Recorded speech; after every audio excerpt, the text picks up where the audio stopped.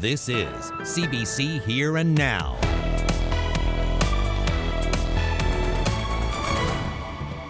The numbers of patients coming to emerge are really back where they were prior to COVID. Patients are presenting with more advanced illnesses. We're seeing people who are presenting with metastatic cancer. Tonight, an in-depth look into the hospital emergency room crisis this summer. And what health officials are trying to do about it. We're at the top of the temperature roller coaster tomorrow for most of the province, but it will be a windy and rainy ride. And we're live at the Confederation Building in St. John's, where it's dark now, but in just a little bit. This place and all along Prince Philip Parkway gonna be lit. The countdown to Christmas lights across Canada is coming up. Welcome to Here and Now. I'm Carolyn Stokes. And I'm Anthony Germain. We start tonight with an in-depth look at the healthcare system in crisis this summer.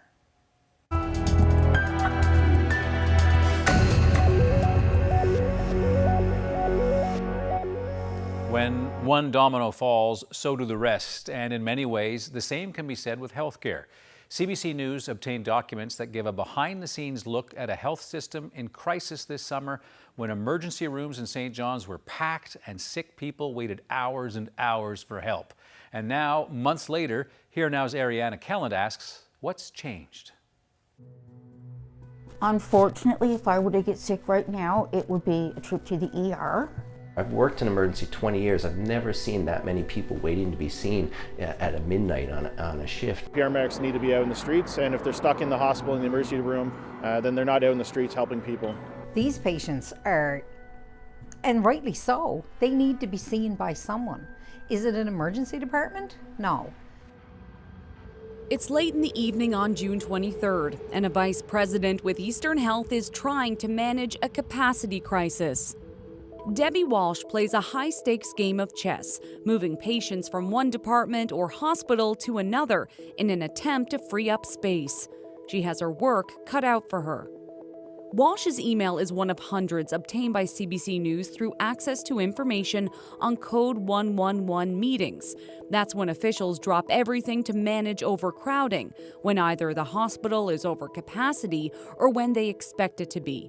Documents taken June and July of this year. These emails paint a picture of a system in crisis mode. City hospitals saw unprecedented numbers of patients in emergency, higher admissions, ambulance offload delays, hours upon hours of wait time at emerge. Nursing units were critically short-staffed.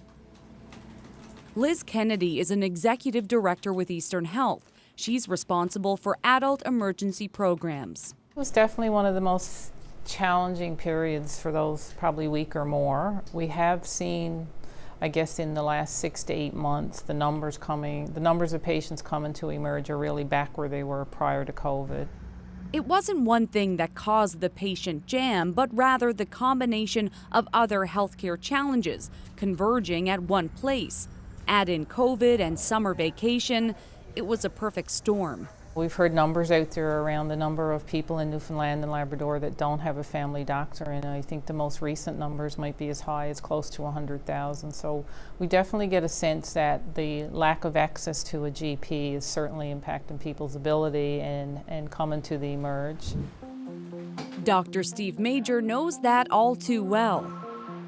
The phone keeps ringing at his office in the center of St. John's, but Major says he's all out of room for new patients. There's times people are begging you to take on a sister or a brother. Like it's intense. Major has about 2,000 patients at his family practice and has been doing shifts at the emergency room at St. Clair's and the Health Sciences Center for more than 2 decades. Lately, those two worlds have collided, with Major taking on desperate patients who come to the ER. If you have a medical issue and you have nowhere else to go, emergency is your last opportunity for healthcare. That's the way our system is set up. But unfortunately, it ends up putting a lot more stress on the emergency department because patients that could be seen by a family physician are now seeing an emergency, which is probably not the best place for them to be seen for those more minor or long-term chronic illnesses. He's seen the consequences during his emergency department hours. Patients are presenting with more advanced illnesses. We're seeing people who are presenting with metastatic cancer, whereas if they had a primary care provider that might have detected it earlier, then they might have more chance. I know the struggles firsthand. What Steve Majors sees in a professional capacity, James and Tracy Murphy are living in a personal one. In Bay Roberts this summer, they were watching social media as the emergency room went through its own emergency, all unfolding on Twitter, showing the human cost of a haggard system.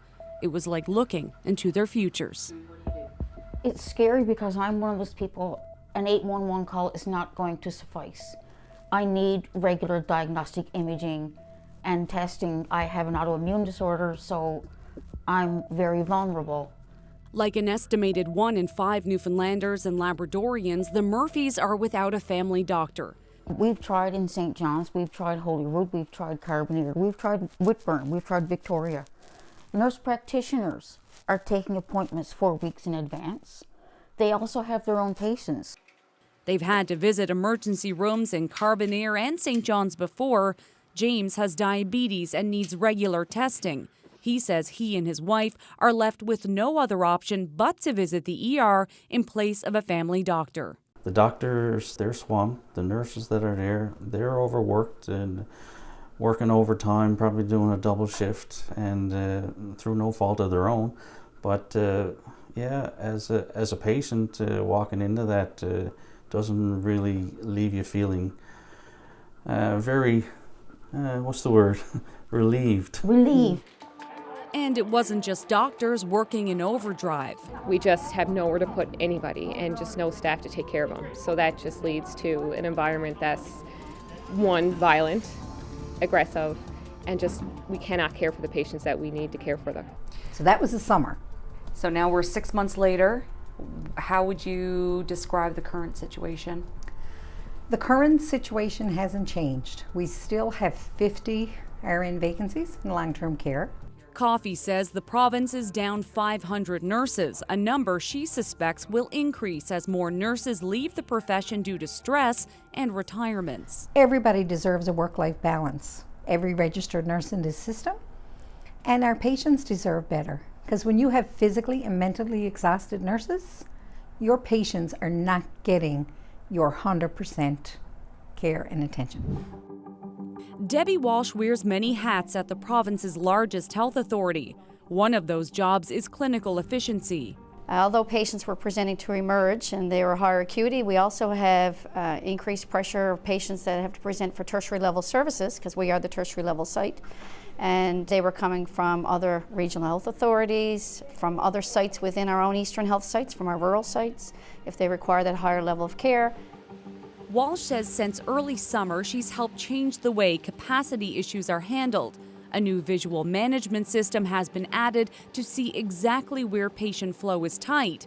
And those Code 111 meetings, which were called when things hit a breaking point, well, they're now things of the past. Instead, Walsh says every morning the clinical team meets to assess hospital capacity in an attempt to stop overcrowding before it happens.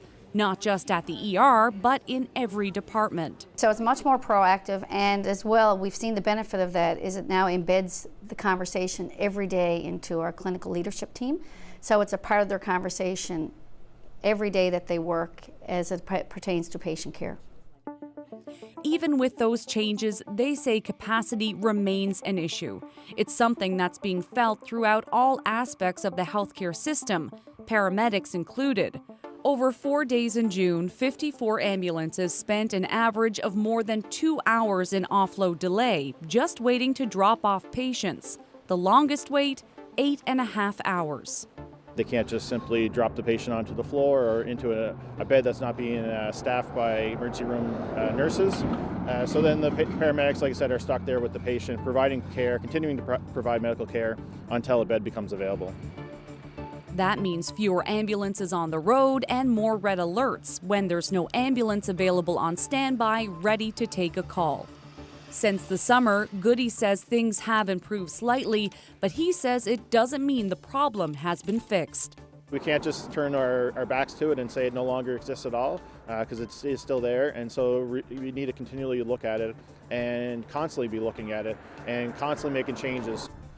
Liz Kennedy says helping drive that workload is an increase in sicker patients coming by ambulance. But the good news? We are expanding the health science emergency to create more space to match our demand for patients that we predict over the next several years that we'll be presenting to emerge. Both Walsh and Kennedy say addressing capacity issues is a priority, one that has been emphasized even more since the summer.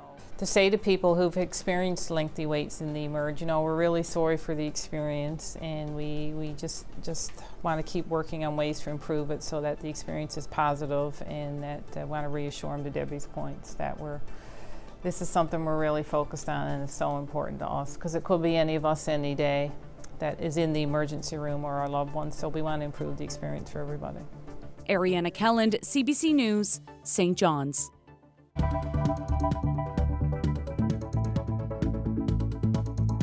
Imagine not being able to access the medication that you need. There's complications and stuff like with how the MCP works. Well, that's the struggle of an international student at MUN. Coming up on Here and Now.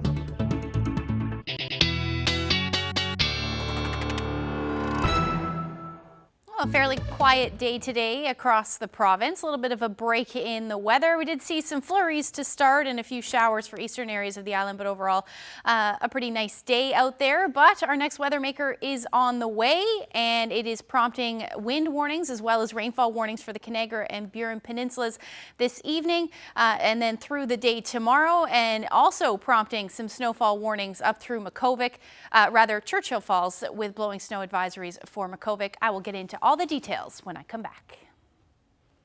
Thanks, Ashley. Well, the holiday season is just weeks away, and for many in St. John's, the feel of the festive season really kicks in with the flick of one switch up at the Confederation Building. Chrissy Holmes is there live, where I assume it's a little breezier than it's here in the studio. So, Chrissy, what's going on? It sure is, Anthony, and that's probably why I think officials here were a little anxious to get things moving here. There are a lot of children here, which is great to see, of course. This is the first time that we've seen people actually gathering for this festive tradition. And here in St. John's, as we know, the earliest time zone in Canada, this is where the future begins. So, Christmas lights across Canada. The switch just flicked like 30 seconds ago, and basically what we saw at that point was lights from here at the Confederation Building lit up straight down the parkway. In fact, 60,000 lights. So there's a lot of work that's gone into this, and of course so much joy and happiness, I think, on the inside. Now, the person that was wielding all that power inside, of course, part of this tradition is that there's an honorary switch flicker, and that person is 8-year-old Jackson Donnan. I am really looking forward to checking in with Jackson here in just a couple of moments, because leading up to this, he was standing with the Premier. He's there, surrounded by his entourage, his family. So no doubt a really exciting day. So we're going to get to know Jackson and speak with Premier Ferry about this in just a couple of moments. Right now, the crowd, I think, is trying to warm up because, as you mentioned, it is a little breezier up here than it is in the studio right now. So things are a little cool, but things are starting to look a lot more festive here at the Confederation Building right now. All right, Chrissy, it's Chrissy Holmes. Thank you very much. We'll check in with Chrissy once again. She's live at the Confederation Building, and it certainly looks Christmassy. Well, the leaders of the Progressive Conservative Party and the NDP have strong reactions to the findings of an Auditor General's report that was released today. Auditor General Denise Hanrahan was asked to find out why the provincial government didn't keep the promise it made to Indigenous groups.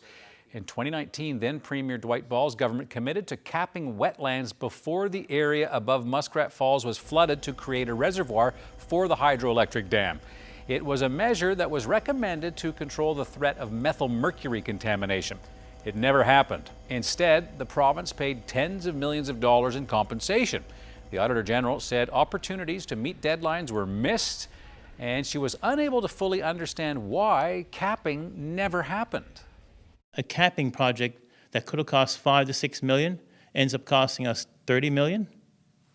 It's inexcusable. It comes down to, why should I trust them? Why should we trust them, even for that matter, to make the decisions that are going to affect the lives of every Newfoundlander and Labradorian in this province? The ball was dropped purely at the cabinet level, because they're the ones who would have directed and said, we want this to happen, or this is why we can't make it happen, or here's the information we need.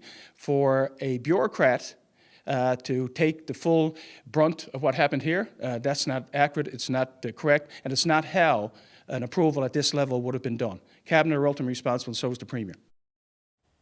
Well, the provincial government responded to CBC's request for a comment with a statement. It said, quote, "The Department of Environment and Climate Change fully cooperated with the Office of the Auditor General and provided full access to all files, documentation, and systems requested by officials. We will take the necessary time to review in detail. Our priority remains ensuring that the health of local residents is protected." Well, an international student at Memorial University feels caught in a gap. She's transgender, and since she doesn't have MCP coverage, she can't get access to hormone therapy. Here Now's Henrika Wilhelm explains. Jia Chandan came to St. John's from India to study at Memorial University. For years, Chandan had an MCP which allowed her to enroll in Green Shield Canada, which covered about 70% of hormone therapy medication she takes. But when Chandan's MCP expired, she had to switch to GuardMe, health insurance for international students without MCP. Suddenly, hormones weren't covered anymore. It's only after I talked with my doctor that I realized that this is not right, that this is something that I wouldn't have thought about because I'm so used to these barriers, but it's not okay. Advocates for trans students' rights say it's crucial that transgender people have adequate access to health care. It's absolutely essential. I mean, hormone therapy is often the first accessible and the most accessible form of healthcare to trans individuals. And it's often not only life-changing, but life-saving because it can drastically alleviate a lot of dysphoria and a lot of stress. Chandan takes issue with why the insurance doesn't cover it. In an email to MUN, the provider said, "The policy covers medically necessary services required to treat eligible medical conditions. Transitioning treatments such as hormone therapy does not meet the eligibility criteria as it's considered to be elective." They call it an elective procedure when for a lot of trans people, access to hormones can be life-saving. So it's really disheartening to see that, and it seems like the policy is rooted in transphobia to an extent. GuardMe didn't respond to requests for comment. Chandan and Broders also say that gaps in the provincial MCP system have to be filled. Here in the province, it's extremely difficult to access a lot of gender-affirming care. There are only certain doctors that will even prescribe hormone therapy, and of course you need an MCP card to see many of them. There's complications and stuff like with how the MCP works. A lot of times they won't renew it if you don't have more than a year left on your study permit, and if you have like 8 months left and your MCP expires, there's a lot of times they'll just outright refuse to renew it. And that just means there's a large gap of students who are without MCP. Health Minister Haggie wasn't available for an interview on MCP eligibility requirements. In a statement to CBC News, the department outlined the requirements and said questions regarding coverage should be directed to the insurance provider. Henrika Wilhelm, CBC News, St. John's. Well, good news for commercial traffic coming onto the island. Marine Atlantic has resumed its regular ferry service to and from Port aux Basques. Record rainfall last week washed out the highway leading into Port aux Basques. Now that road reopened yesterday. Marine Atlantic had restarted the Argentia run to try to make up for freight and travelers who were stuck in Nova Scotia. With the highway reopened and traffic moving again, the Crown Corporation says diverting ferries to Argentia is no longer necessary. But don't expect to see the summer run to Argentia last all year round. Marine Atlantic says that route is mainly for tourists and there isn't enough demand to keep it going. Well, some relief at the pumps today with all types of fuel seeing a decrease overnight. Gas is down just over 5 cents per liter. That means a liter of self-serve on the Avalon will now cost $1.52. Diesel dropped by 4.5 cents per liter. Furnace and stove oils are down about 4 cents, and the price of propane decreased by almost 3 cents a liter.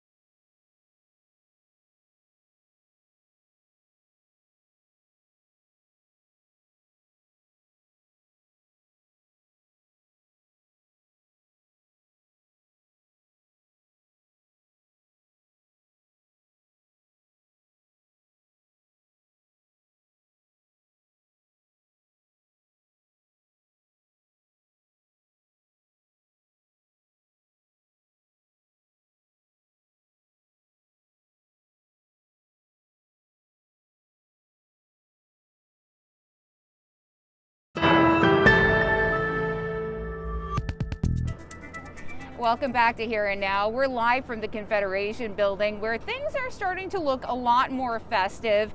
And look at us, we're here with real people. Premier Andrew Ferry is here with his new friends as well. We've got Jackson and Alyssa Donnan.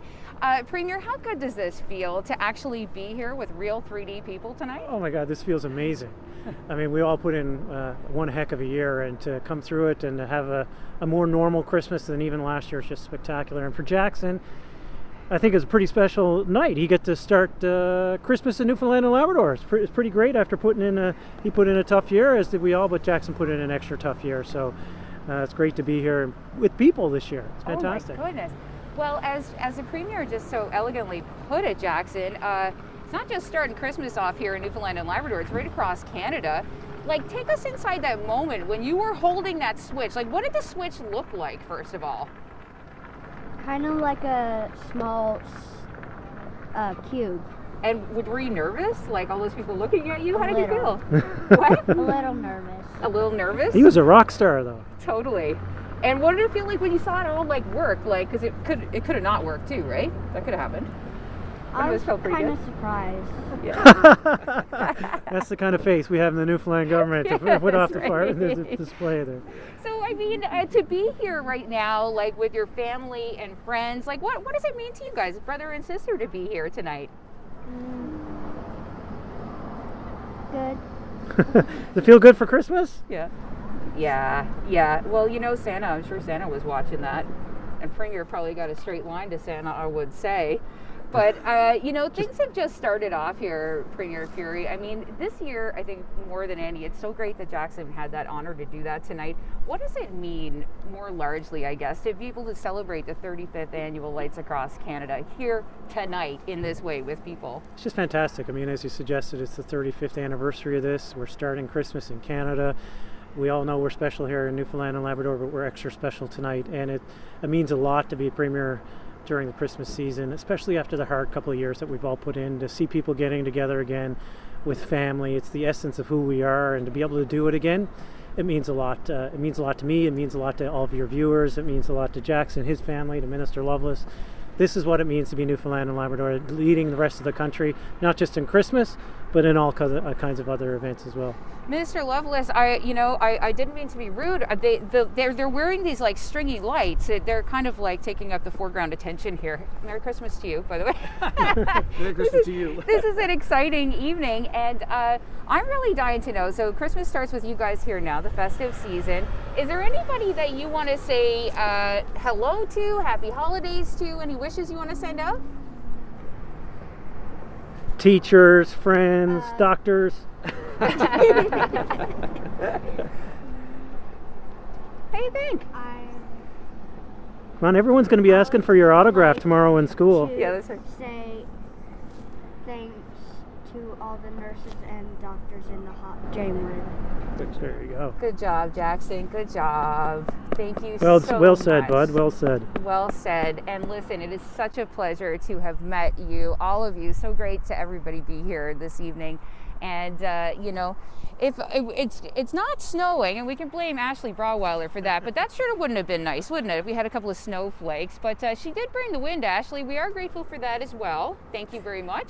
Yeah, definitely brought some of that wind for you guys. Certainly not too bad out there tonight, but tomorrow night it is going to not feel very Christmassy out there. Temperatures are going to warm up, and we can thank this next area of low pressure along with a couple of fronts with it. That warm front's going to move in as we head through the night tonight, and that is going to bring in some pretty warm temperatures over the next 24 hours. Right now, into some of that cooler air though. Temperatures today sitting in and around the single digits, but look what's behind that. Those double-digit temperatures, Toronto, Boston, about 16 degrees. Not quite that warm, but the double digits are certainly headed our way as we head through tomorrow.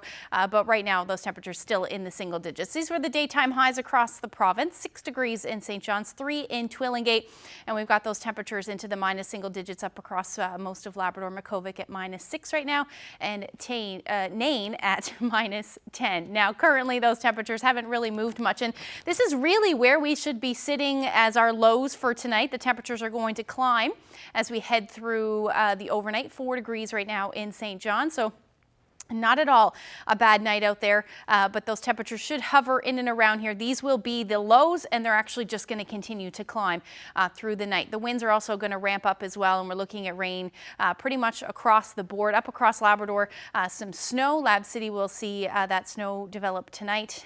Same thing for Happy Valley, Goose Bay, with your temperature in and around -6. So taking a look at the future tracker, put the winds on here for you as well tonight because they are going to ramp up. So that snow is going to move in overnight tonight for Labrador. Mainly Lab West through Churchill Falls as well.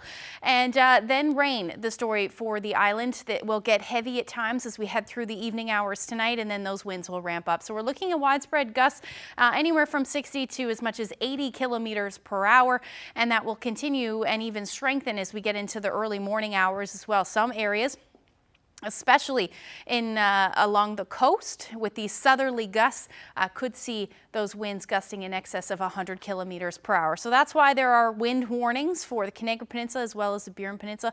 Most of eastern Newfoundland, except the Clarenville area, are under those wind warnings at the moment, and then rainfall warnings as well for the Canaga Peninsula as well as the Burin Peninsula, and that's because of those amount of rainfall that I was showing you a little bit earlier. So that will generally continue through the day tomorrow. Expect those gusty winds to continue as well. As you can see, gusts anywhere from 70 to, again, in excess of 100 kilometers per hour. Certainly not out of the question, but the heavy rain is going to continue.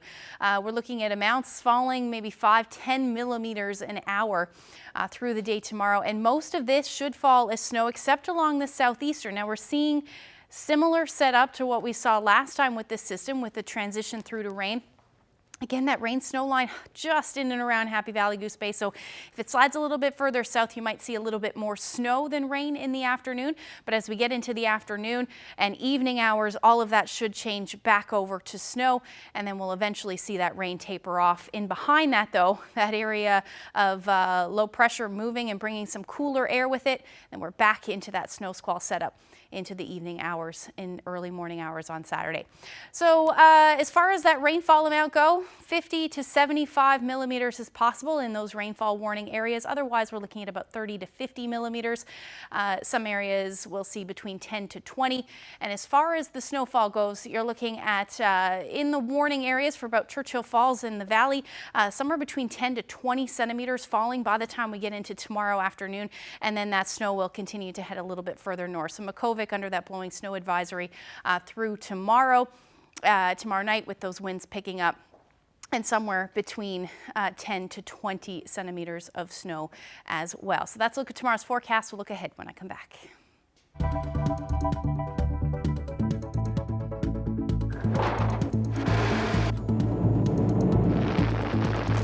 And what happened when the torpedo hit? Come to me, survival. He survived a German torpedo attack that sent the SS Caribou to the bottom of the sea, killing more than 100 people. We're going to remember Headley Lake.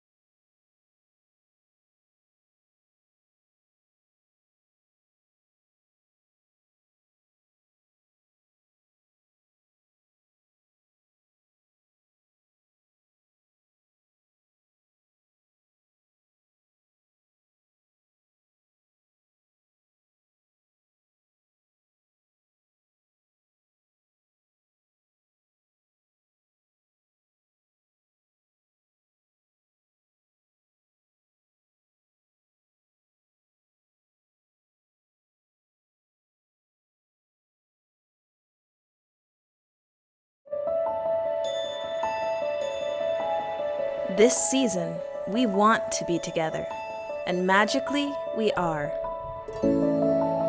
That magic, that energy, what we're doing is actually making a difference. You have the right to eat. You have the right to food. We feel a real responsibility. We've been in this community for a long, long time. This season, whatever kind of season you make it, make the season kind.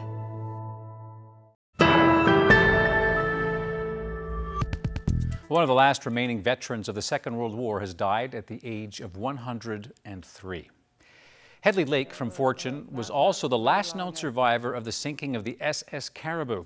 A German submarine torpedoed the ferry in the Gulf of St. Lawrence in 1942.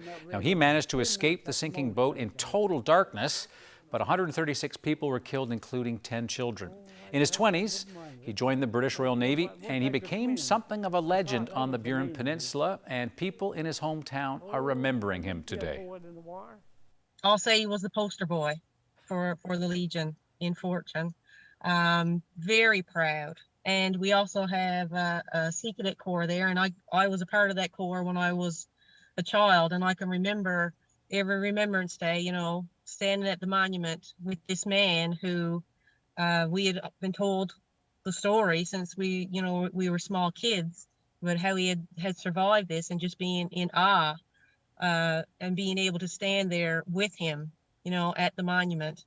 So he's passed away, but he certainly won't be forgotten. And you know, he lived 103 years. He had a very good life. He was a great citizen of Fortune, and his memory will definitely live on through the town and through the Legion, I'm sure. And they're making arrangements for his funeral at the United Church in Fortune at 2 o'clock on Sunday. Now, we profiled Headley Lake on Here and Now in 2017, back when he was 99 years old. And I met up with him. He was a delightful man. The previous generation could teach us a thing or two about resilience. Here's an excerpt.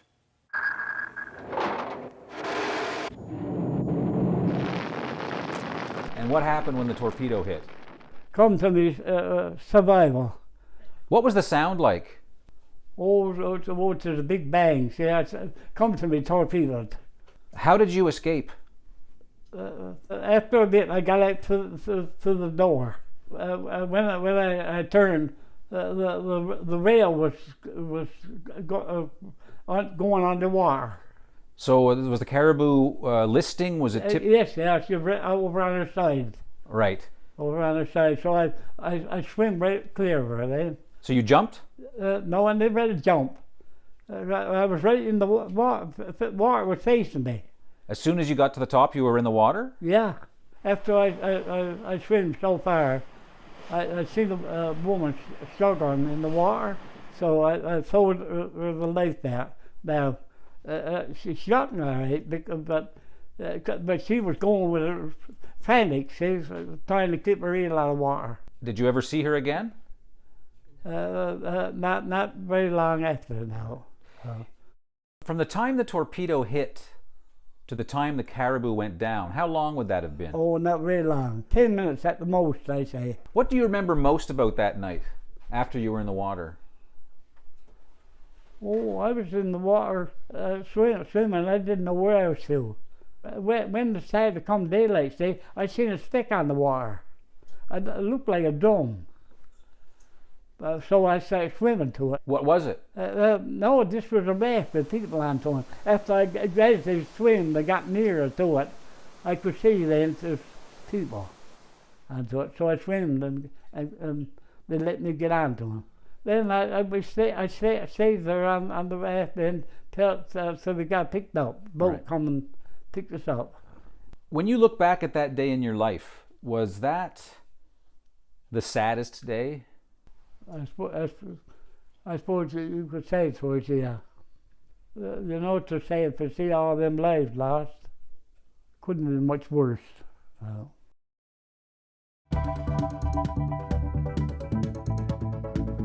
Well, November was warm, and we're starting December fairly warm as well. Let's take a look outside. It is going to be rainy and windy, as well as some double-digit temperatures. We'll look at the long-range forecast when I come back.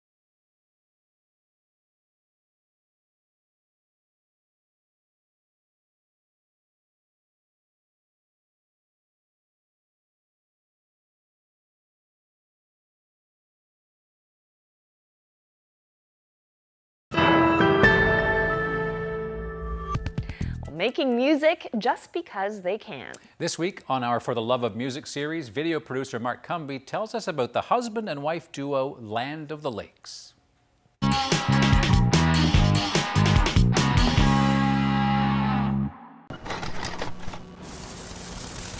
Hi, I'm Matthew Thompson. And I'm Danielle Hamel. We have a group known as Land of the Lakes.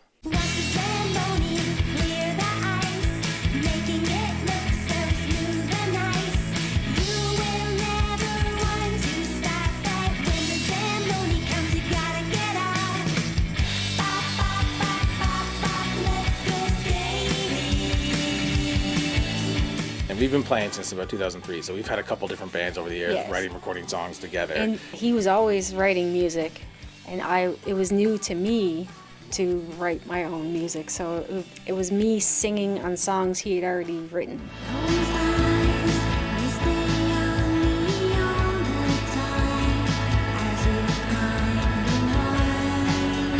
Land of the Lakes is, so our youngest son is named Lachlan. And the meaning of Lachlan is someone from the land of the lakes, meaning somebody from Norway or a Viking. And so his name is someone from, it basically means from the land of the lakes.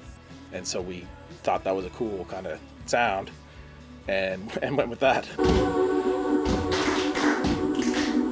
For us, the RPM as Land of the Lakes was a way to get back into recording, because we had taken about three whole years off at that point. And having kids, 2015 Land of the Lakes album, we had a 1-year-old and a 3-year-old. So an RPM was a great way to, let's start making music again. This is a low stakes way to do it, to quickly get it out there. You look at me, you wanna see what I will say to you to push you away. And on these days it is easier than talking out to push you away.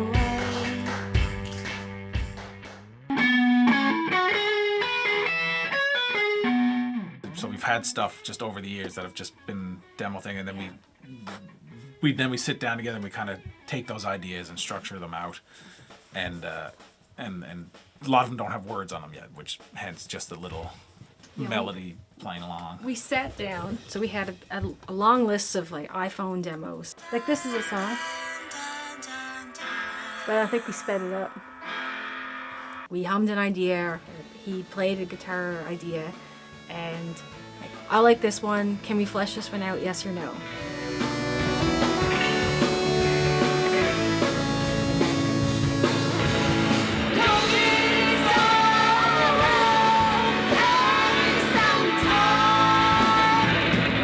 We've always loved recording over live. Yeah, like, We've always, if it was up to us, it would only be recording. yeah, I wouldn't play live anymore just because we've done it for so many years, and I'm just kind of fed up of dragging the amp and your drums down to like a junky venue and not barely getting any pay for it, and then bringing it all back. But music, yes. So making an album, you don't make a whole lot of money off of it. I know, because I can't run. Oh, God. It's been going kind of slow lately, mainly due to kids and work and kids. Can we go on video games? If you're quiet, it needs you to be quiet. Okay. How are those levels looking? It's channel 1 and 2 on the purple preamp up there.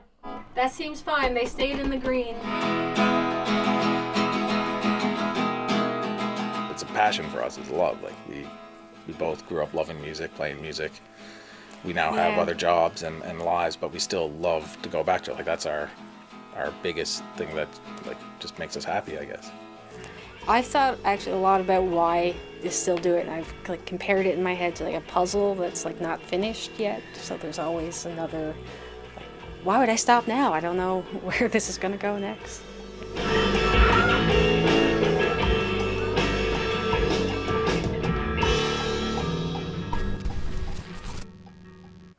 Yeah, and a whole family involved as well. Thanks to video producer Mark Cumby for that story. Yes, and you can check out For the Love of Music series online at cbc.ca/ML and on our YouTube page, just search CBC NL.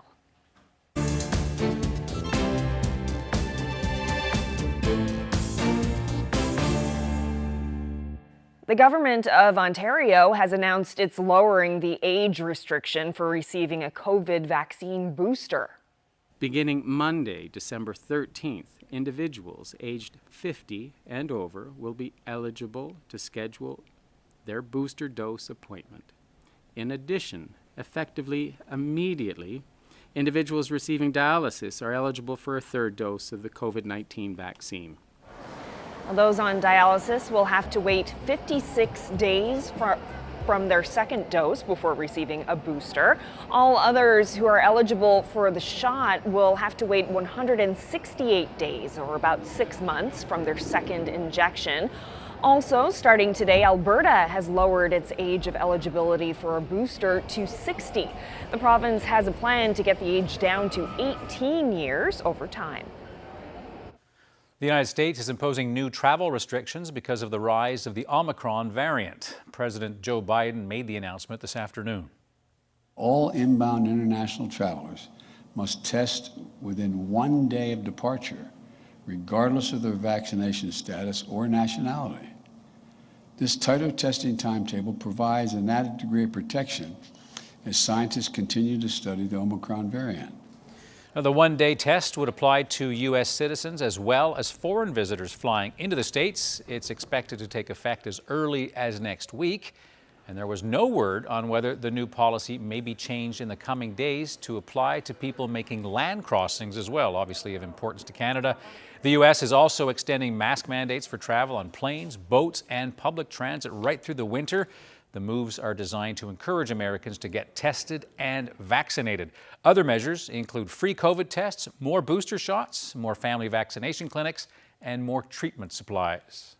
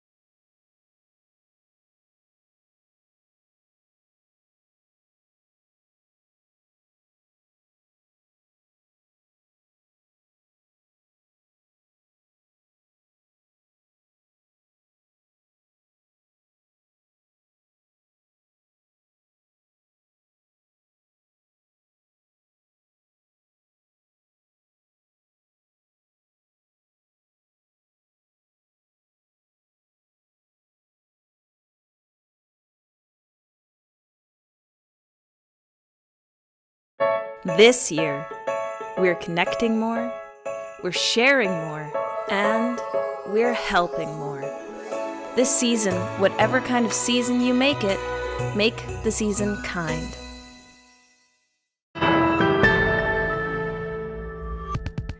Well, for Canadians thinking about a winter getaway, the new Omicron variant could put a freeze on those hopes. Ottawa has announced new testing and isolation requirements for anyone arriving in Canada from anywhere other than the United States. It feels a bit like deja vu. That includes Canadians coming home from overseas, which may be enough to have international travelers shelve their vacation plans altogether. The CBC's Jacqueline Hansen has that story. A familiar air of uncertainty for Canadian travelers. We got home just in time before I think everything kind of goes downhill again. Airlines and the travel industry had just been starting to take off again. With this latest variant, it's just a hit, sliding us backwards. While most flights in and out of Canadian airports are still domestic and not subject to the new restrictions, international trips are beginning to ramp back up. In October 2020, the Vancouver airport saw just 16,000 people arrive from international locations other than the U.S. This year, 70,000. Still far below the 250,000 pre-pandemic, but enough to potentially make widespread on-site testing complicated. The Canadian Airports Council says the only operationally feasible way is to provide off-site tests. Either way, it could make some travelers think twice. Every time something like this happens, I think it just shakes the psyche of every traveler. So far, the new changes don't apply to travelers coming from the U.S., but that could change. We need to be prepared and ready if we need to adjust that decision. Some hope the testing is seen as an added layer of protection. The whole point of all this is about making sure that people feel safer when they are traveling, and I think it's better than closing the borders. Though the past week is proof that the rules can change quickly. The international travelers are extremely concerned now that they'll go to a country that ultimately could get closed down. Potentially putting travel plans for the holidays and even the new year in jeopardy. I want to a couple more trips in 2022, but with the new variant, I don't know if I'll be able to. Leaving COVID-weary would-be travelers wondering when they will truly be in the clear. Jacqueline Hansen, CBC News, Toronto.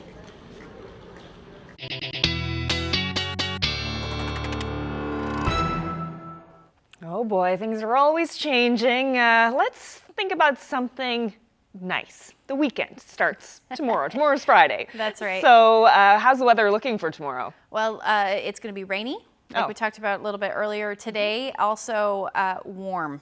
Didn't really get to the temperatures earlier. Let's take a look at those numbers. Double digits, anywhere from 9 to about 12, maybe even 13 degrees is what we're going to feel tomorrow. And similar to what we saw earlier in the week, the temperatures are going to drop like a rock as we head through the afternoon as a cold front sweeps through. So you're seeing those temperatures up above zero even for southeastern portions of Labrador, chance of rain in the afternoon, and then eventually those temperatures will drop and we're looking at the potential for snow. So this is tomorrow night. Eventually we are going to see that rain and wind ease and taper to showers, but in behind that cold front, those temperatures drop, and then we get back into that snow squall potential along the west coast. And eventually the flurries and or light snow will taper off for Labrador. And then really most of the island through the day on Saturday is looking at the chance of some flurries through the day as our temperatures will be significantly cooler than what they are on Friday. Temperatures are dipping.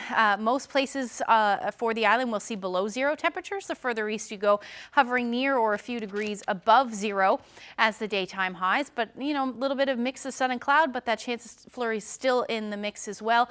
Up across Labrador, well below zero for Lab City at -11, and then Nain looking at about -10 for your Saturday. So as far as snow squalls go, or at least the snow squall potential, if we do see them develop, we could see upwards of 10 plus centimeters, maybe even 20 centimeters in some of those heavier squalls. So certainly something to keep an eye on as we head into the weekend. But as we get into Sunday, looking like the nicest day of the weekend as far as sunshine goes. However, those temperatures will be cool again, hovering in and around the 0 degree mark, maybe a degree or two below 0 or even above. But up across Labrador, finally going to see some nicer weather as far as the sunshine goes. -9 though, cool for Happy Valley, Goose Bay, and Cartwright will sit around at -5 for your Sunday.